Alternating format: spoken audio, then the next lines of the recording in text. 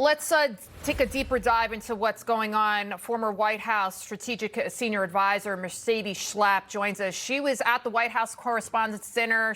She had to hit the floor. She's also the Senior Fellow of the American Conservative Union and the host of CPAC Now, America Uncanceled. Also with us, a former executive with the United States Secret Service and former Senior Advisor to the Secretary of the Department of Homeland Security, Charles Marino, who also served as a supervisory special agent in the Secret Service under 3 presidents. He's also the author of Terrorists on the Border and in Our Country. Also with us, Newsmax senior political analyst, former Pennsylvania Senator Rick Santorum. He's a senior advisor, Convention of States. He also served as the Keystone State in Congress for 16 years. He also ran for president, known as one of the most successful government reformers in U.S. history. Now, Mercedes, let's start with you. You witnessed this happening, the terror. Many are saying that their tickets were barely looked at, like it was like it could have been an index card. Some people said all they needed was a screen grab. Are you telling me? I just went to a rock concert for a 90s band recently. Are you telling me that it was more difficult for me to get into a Bush concert than it was to get into this arena where we had basically the entire administration there, from the president to J.D. Vance, Marco Rubio? Right. Well, Lydia, I got to tell you, it was fairly easy to get into the hotel. You just had to show your ticket. It was a very flimsy looking ticket. There was no sort of electronic ticket of sorts. You literally, the police officer, whoever was there at the moment, would just check it, and then you would go right in. And to know, obviously, that the shooter was staying at the hotel, so he was able to get a room at the hotel, again, having access to a large part of the lobby. I remember walking into the lobby and thinking to myself, first of all, it was very jam-packed. And the fact is I didn't see much security in that area. And then there was a lot of individuals who were going up and down the escalators as you're trying to get to the main ballroom. And it wasn't until you got close to the ballrooms that there were the mags set up. I did find that was that was very concerning, knowing that so many of our top officials were going to be at the White House Correspondents' Dinner. Another reason why I don't think, quite frankly, you needed both the president and the vice president in the same room, as well as the Speaker of the House. As we know, they always take precautions in terms of the State of the Union.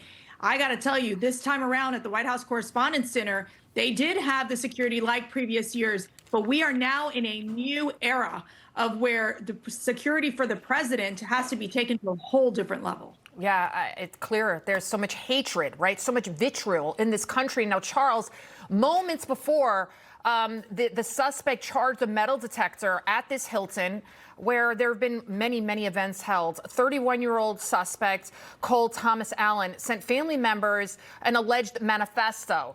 And in this alleged manifesto, he expressed shock at the lack of security himself, writing that he, quote, expected metal detectors out the wazoo and armed agents every 10 feet, but he, quote, found nothing. This is some surveillance video of him when he's charging, and he thank God for those Secret Service agents. Now, this suspect was allegedly armed with a shotgun, a handgun, multiple knives. There he is on the ground. President Trump posting this to Truth Social, all inside a black duffel bag that he simply checked into his 10th floor hotel room the day before. Charles, this suspect also attended No Kings protests. He's also part of a lefty organization. How is it possible? Was there not cross-checking, and the fact that he was able to check in and have this? What do you make of all the pieces now that we are learning more as the days go on? Well, when you look at a threat in this individual, this is the one that you're most concerned with, right? They have the ability to formulate a plan of attack. They have financial means to be able to travel to a said location if they reside out of state, away from where a venue is taking place. And they also have access to weapons. You know, the question isn't whether or not the Secret Service had protocols in place that night. The question is, are the protocols evolving as quickly as the threat environment is to mitigate the threats of today? Not just against the country, but also against the president and the administration. And the answer to that question is a resounding no. You know, when I came on Saturday night, right after this incident took place, the first question I had was, why wasn't this event declared a national special security event?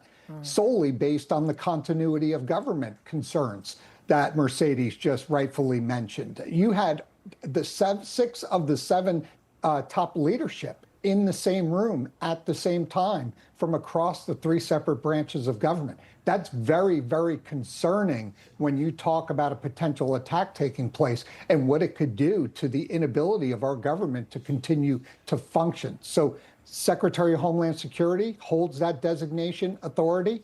This is something that they need to look at now with respect to any time the President of the United States goes to a large venue. It should automatically be declared as a national special security event to bring forth the whole of government approach. Senator, a lot has been talked about the hate speech, even the president blaming hate speech, specifically from Democrats. Let's take a listen to some of that. He is an existential threat to democracy. Donald Trump is a significant threat to our democracy and our nation, and we have to stop him. Chairman of the Joint Chiefs of Staff, Mark Milley, said, "No one has ever been more dangerous to this country than Donald Trump, and he is a fascist to his core." That's exactly who he is. AOC's called him a Nazi, you name it, and even after the shooting, they blamed Trump, some of them. Listen to this, sir. I know that there are some voters, some Americans who I think would have liked to hear more from the president, who, just weeks ago posted about the possible extermination of an entire civilization online, who has called his political foes vermin, lunatics, scum, terrorists, the enemy within. He has certainly contributed, at a minimum, contributed to the political rhetoric. Senator, now a lot of these Democrats like Barack Obama, they're saying we don't condone political violence, Hakeem Jeffries, but what about the hate speech emanating on almost like on a loop from the Democrat Party? It's not just hate speech. It's who they are. These are Marxist revolutionaries. These are Marxists. These are people who want to destroy the basic foundational principles of our government. And it's not me saying this.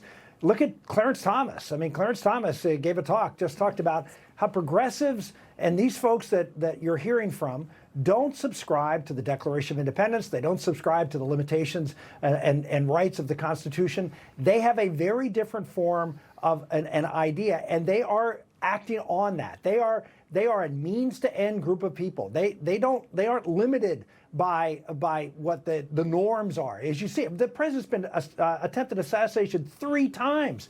And they say, oh, we got to end all political violence. They never go after the people and the rhetoric and the cause that they're purporting to do, which is to tear down the structures of the United States and replace it with a Marxist type of ideology. And that's at the core of this. That's what's motivating these people. Look at the manifestos. Look at the other people. They are motivated by this very radical idea that has now become central to the Democratic Party. Right. I mean, you have even members of the media, George Stephanopoulos. He still has his job after what he said about the president. We got to leave it right there. Mercedes, Charles, Senator, thank you all. Thank you. Thank you.